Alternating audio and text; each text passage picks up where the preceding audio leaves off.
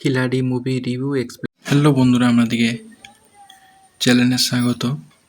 খিলাড়ি 2013 সালে একটি ভারতীয় বাংলা অ্যাকশন ড্রামা চলচ্চিত্র যা অশোক পতি পরিচালিত এবং এসকে মুভিজের ব্যানারে অশোক ধানুকা এবং হিমাংশু ধানুকা পরিচালিত। এতে প্রধান চরিত্রে অভিনয় করেছেন অঙ্কুশ হাজরা এবং নুসরাত জাহান এবং ছবিটি সঙ্গীত পরিচালনা করেছেন শিব প্রতন।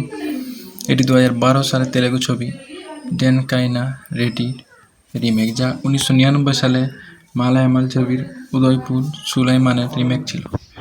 ছবিটি 11 অক্টোবর 2013 সালে মুক্তি পায় এবং তাপস পালের মৃত্যুর আগে তার শেষ ছবি হিসেবে চিহ্নিত হয়। এবং এটি শুরুতে দেখা যায় আদিত্য চৌধুরী কুনলের এর উপদলীয় নেতা, যিনি তার বোন সরস্বতীকে ভালোবাসা এবং স্নেহের সাথে বড় করেছিলেন, যাতে তিনি তাদের মা হারানো দুঃখ ভুলিয়ে দিতে পারে।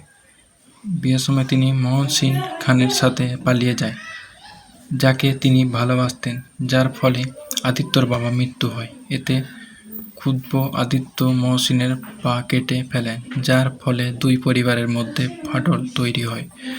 সরস্বতীর সম্পত্তি জয়ের জন্য একটি মামলায় মহসিন দীর্ঘ 25 বছর পর আদিত্যর বিরুদ্ধে মামলা জিতে যান। সরস্বতীর দুঃখ দেখে তার ছেলে সুলাইমান দুটি পরিবারকে একত্রিত করার প্রতিজ্ঞা করে এবং পরিস্থিতির জন্য অপেক্ষা করে। এদিকে পুলক পুরোহিতের পরামর্শে আদিত্য তার ম্যানেজার দয়াশঙ্কর বলকে শান্তি যোগ করার জন্য একজন মহান পণ্ডিত খুঁজে বের করার জন্য নিযুক্ত করে।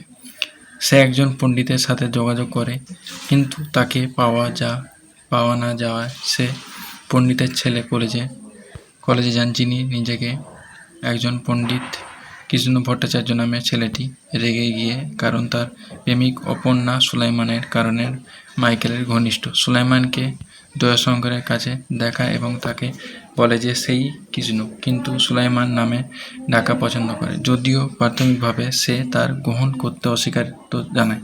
সুলাইমান স্বীকার করে যে সে কৃষ্ণ, কারণ এটি দুটি পরিবারকে একত্রিত করার একটি সুবর্ণ সুযোগ হবে। সে তার বন্ধু মাইকেল এবং ব্রাহ্মণদের একটি দল আদিত্য প্রাসাদে যায়, সেখানে সে ভালো অভিনয় করতে সক্ষম হন, কিন্তু কেবল আদিত্য দত্তক কন্যা পূজা তাকে লক্ষ্য করে, যদিও সে তার আসল রূপ প্রকাশ করার চেষ্টা করে, অর্থাৎ সে পণ্ডিত নয়। সে তার বুদ্ধি এবং সমযোপযোগিতার কারণে পালিয়ে যায় এক প্রত্যাশিত পরিস্থিতিতে। দয়াশঙ্কর তার বাবাকে টাকা দেওয়ার জন্য কৃষ্ণের বাড়িতে যায়, কিন্তু আশ্চর্যজনকভাবে সে সত্যটি জানতে পারে সে সুলাইমান কৃষ্ণের চরিত্রে অভিনয় করছে। আদিত্য যদি তথ্য প্রকাশ করে তবে তারা খুন হওয়া ভয় থাকে এবং যত তাড়াতাড়ি সম্ভব যোগ সম্পন্ন করতে চায়। সুলাইমান যদিও পূজার প্রতি আগ্রহী, তার মায়ের ইচ্ছাকে অনেক গুরুত্বপূর্ণ মনে করে এবং আদিত্যর হৃদয়কে সরস্বতী অনুভূত জাগানোর জন্য বিভিন্ন পরিকল্পনা করতে শুরু করে, কিন্তু সব ব্যর্থ হয়। ইতিমধ্যে আদিত্যর প্রতিপক্ষ নটবর মণ্ডল পূজাকে আক্রমণ করে, কিন্তু সুলাইমান তাকে বাঁচায়। পূজা তার প্রেমে পড়ে যায় এবং আদিত্যর মনে করে যে আক্রমণটি মহসিন করেছেন। সুলাইমানের ক্ষেত্রে পরিস্থিতি আরও খারাপ হয়ে যায় যখন ঝিমলি দয়াশঙ্করের কন্যা এবং কৃষ্ণের প্রিয় মেয়ে প্রসাদে ফিরে আসে, তাকে বিয়ের প্রস্তাব দেয় এবং তাকে সতর্ক করে দেয় যে যদি সে তাকে ভালোবাসতে অস্বীকার করে জানায়, তাহলে সে গোপন রহস্য প্রকাশ করবে। এদিকে দয়াশঙ্করের তাকে যোগ করতে না দেওয়ার কারণে গম্ভীর হতাশাত পুলক পুরোহিত তার উপর প্রতিশোধ নিতে চান। সুলাইমান সবার দুর্বলতা নিয়ে খেলা করে নিজের তর্ক লুকানোর জন্য খুব চালাকি করে। সবকিছু ঠিকঠাক হয় যতক্ষণ না পূজা তার বাবার কাছে কৃষ্ণের সাথে তার বিয়ের প্রস্তাব কথা জানায় এবং তার বাবা তাই ভাইয়ের কৃষ্ণের বাবা মায়ের সাথে কথা বলতে পাঠায়। সুলাইমান পূজার কাছে তার পরিচয় প্রকাশ করে এবং কৃষ্ণের বাড়িতে চলে যায়। সেখানেই সে কৃষ্ণের মায়ের দুর্বলতা নিয়ে খেলা করে, যাতে আদিত্য ছেলেকে আগে সুলাইমানকে তার ছেলে বলে সবকিছু ঠিকঠাক হয় এবং বিবাহ পরিকল্পনা কার্যক্রম পুরোদমে শুরু হয়।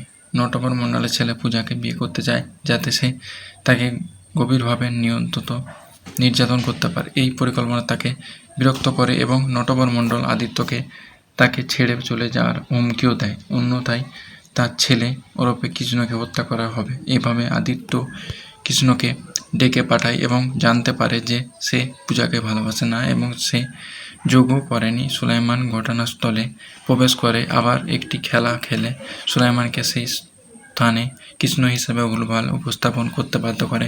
সুলাইমান আদিত্যকে সরস্বতীকে বিয়েতে আমন্ত্রণ জানাতে বলে এবং মহসিন বলে যে সে কেবল পূজার জন্যই বিয়েতে আসে।